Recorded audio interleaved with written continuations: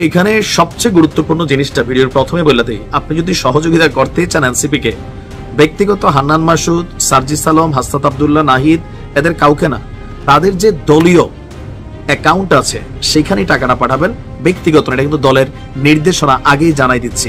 এবার আসুন বাকি ভিডিওতে। রাজনীতিবিদদের এই একটা মজা, তবে এই সিস্টেমটা শুধু যে বাংলাদেশে আছে তা না, সারা পৃথিবীতে আছে। তবে অন্যান্য দেশের রাজনীতিবিদ আর আমাদের দেশের রাজনীতিবিদদের মধ্যে একটা পার্থক্য হচ্ছে যে ধরেন কি বলা হয় যে রাষ্ট্রের অবস্থান, চিন্তা ভাবনা, ম্যাচুরিটি, নীতিনৈতিকতা বা জনগণের জন্য ভাবনা আর নিজের জন্য ভাবনা, এগুলোর মধ্যে আকাশ পাতাল পার্থক্য আছে। বাংলাদেশের গতানুগতিক যে কয়েকটা রাজনৈতিক দল আছে, নিজস্ব ফান্ডিং এ সম্ভবত এমন কোন দল নাই যায় নিজে নিজে চলে। একটা অংশে হয়তোবা জামাত তাদের যে সিস্টেম ক্রিয়েট করছে, বিভিন্ন সিস্টেমে যে নিজেদের কর্মীদের মাধ্যমে বা নিজেদের সমর্থকদের মাধ্যমে একটা অবস্থান তৈরি করা, বাট বেশিরভাগই নিজেদের নিবন্ধিত সদস্যরা ফান্ডিং করে থাকে। বাট বাকি দলগুলো কিভাবে চলে? আমাদের যে নতুন রাজনৈতিক দল জাতীয় নাগরিক পার্টি, তারা একটা স্লোগান দিয়েছে, আপনার অনুদান আগামীর বাংলাদেশ। বুঝছেন নাই? আসেন, ক্রাউড ফান্ডিং এর শুরু করেছে জাতীয় নাগরিক পার্টি, মানে গণচাঁদা। যারা এনসিপির নেতাকর্মী আছেন বা সমর্থকরা আছেন, আপনারা চাইলে এখন থেকে প্রতিদিন, প্রতি সপ্তাহ, প্রতি মাসে প্রিয় দলকে আপনারা ফান্ডিং করতে পারেন। গতকালকে বিকেলে রাজধানীর বাংলা মোটরের দলটি আপনার তাদের কেন্দ্রীয় কার্যালয়ে এক সংবাদ সম্মেলন করে এই তথ্য জানিয়েছেন। তিনি বলছেন, জুলাই বিপ্লবের পর দেশের আপামর জনতা এনসিপি কে বিভিন্নভাবে সাহায্য করতে চেয়েছেন। তার পরিপ্রেক্ষিতে অনুদান গ্রহণের সিদ্ধান্ত নেওয়া হয়েছে। বিভিন্ন সময় যারা এনসিপির পাশে থাকতে চেয়েছেন তাদের আর্থিক অনুদান কর্মসূচিতে যোগ দেওয়ার আহ্বান জানিয়ে তিনি বলছেন, স্বচ্ছ জবাবদিহিমূলক আর্থিক পলিসি করতে চায় এনসিপি। এর মধ্য দিয়ে সংগঠনের আয়, ব্যয়, বরাদ্দ, আয়ের উৎস, ব্যয়ের খাত প্রতিটি বিষয়ে সুনির্দিষ্ট পলিসি গ্রহণ করা হয়েছে।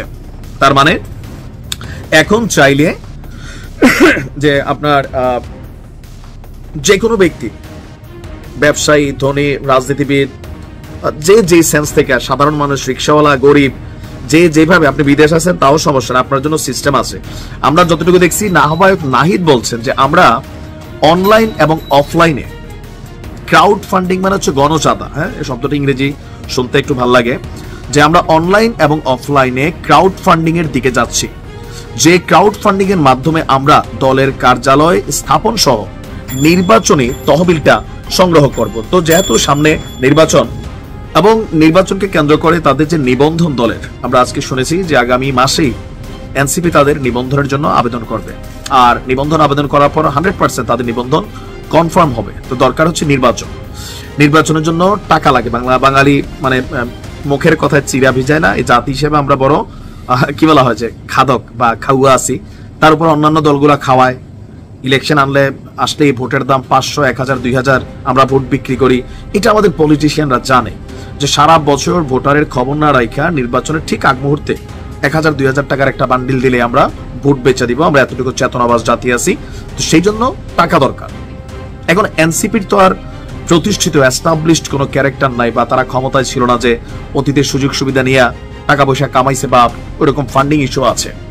তো সেই জন্য তারা আপনার এই ক্রাউড ফান্ডিং বা গণচাঁদা সংগ্রহ করবে। এটা বৈধ।